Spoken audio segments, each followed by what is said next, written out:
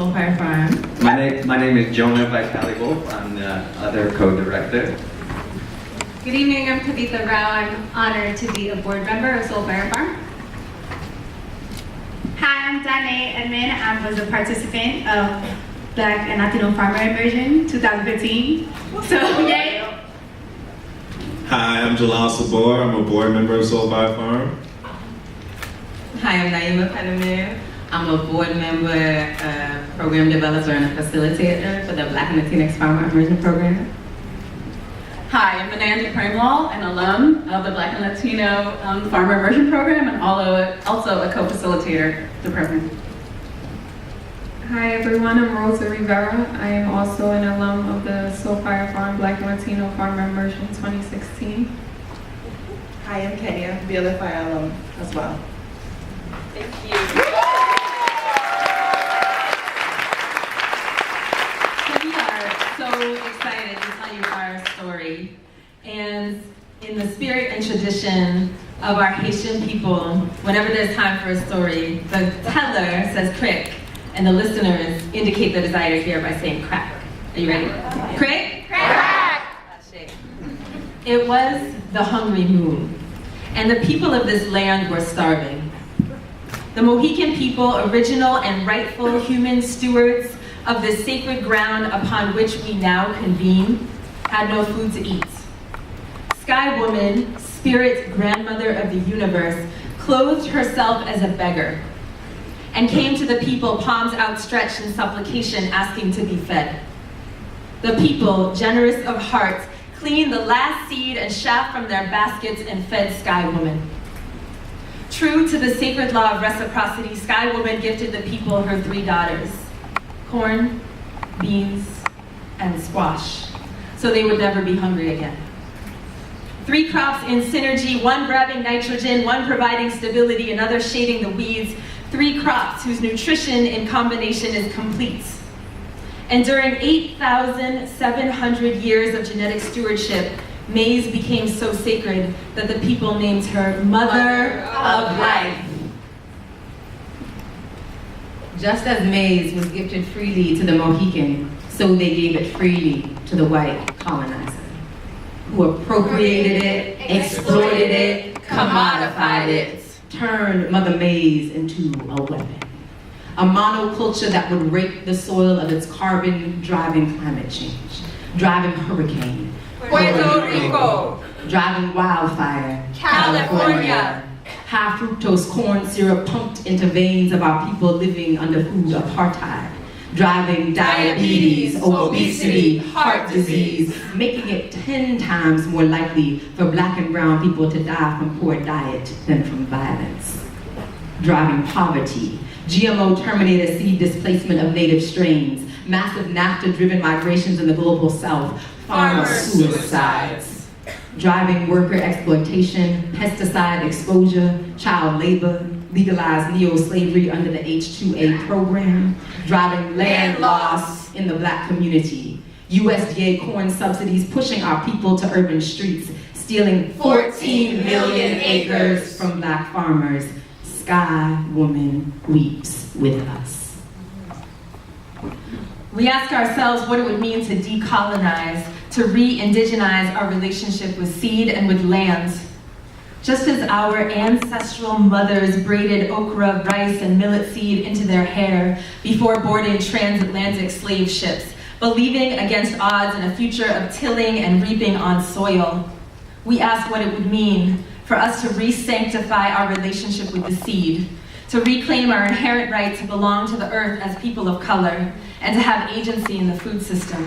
What would it mean to look right into the eyes of the capitalist, patriarchal, white supremacist system that wants to devour us and to not give up on our descendants, just as our ancestors did not give up on us? At Soul Fire Farm, we are beginning to answer these questions. We are committed to ending racism and injustice in the food system. We are a multiracial, people of color-led team of activist farmers drawing upon the wisdom of our ancestors to uproot oppression. This means, first and foremost, that as farmers, we are soil guardians and seed stewards. We feed our people the life-giving harvest of the land. Every week, we deliver a box full of nutrient-dense, culturally relevant vegetables right to the doorsteps of 80 to 100 families living under food apartheid, the system of racial segregation that permits some food opulence and denies others basic sustenance. People pay whatever they can afford, and no one is denied because they lack wealth. Just as the Black Panthers created survival programs, free breakfast, health clinics, transportation, so is it direct action foundational to the work that we do at Soulfire. Equipping and inspiring the next generation of farmer activists of color is our next priority. Each year, over 2,000 people, youth to elders, bless the Soulfire land with kisses of their bare feet. Through our Black Latinx farmers immersion and youth food justice programs, we work to reverse the devastating trend of Black land loss, the exploitation of farm workers, the erasure of our ancestral ways of knowing the land, and the inherited trauma of centuries of land-based oppression. Our graduates are, frankly, badass, and are taking back the food system one farm, one restaurant, and one boardroom at a time.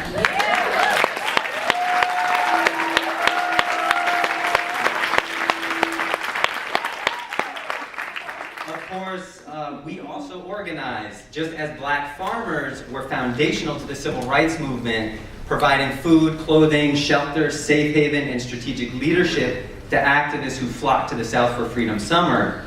So do we work at the intersection of our movements. It is the same beast that drives mass incarceration, segregated schooling, housing discrimination, climate chaos, and food injustice. Soulfire Farm is a resource for activists in all these movements to meet, plan, and be nourished. A place where voices of system-involved youth and farmers of color are amplified and included in national policy platforms. With the land as our mentor, we strengthen our resolve and sharpen our strategies. We do want to thank Omega for sure for seeing the value and beauty in our work, for the honor of this award, and also for the courage to bring these issues that we bring into this space.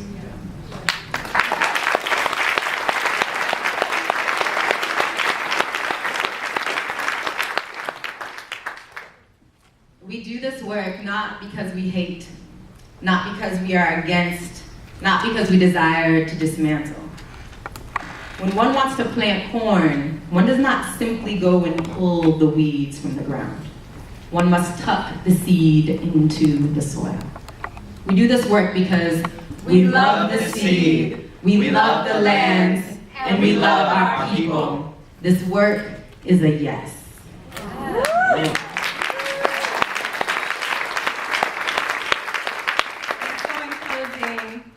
Our mentor Bell Hooks stated, because of the awareness that love and domination cannot coexist, there is a collective call for everyone to place learning how to love on our emotional and spiritual agenda.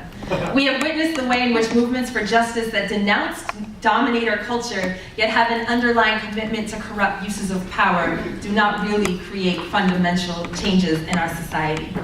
When radical activists have not made a core break with dominator thinking, there is no union of theory and practice, and real change is not sustained. That's why cultivating the mind of love is so crucial. When love is the ground of our being, a love ethic shapes our participation in the political. Please call into mind in this moment something that you love, that motivates and drives you to work for justice. Breathe it in, visualize it, hold it. And on the count of 3, use your whole throat, your wide belly, and call out the thing that you love. 1, 2, 3.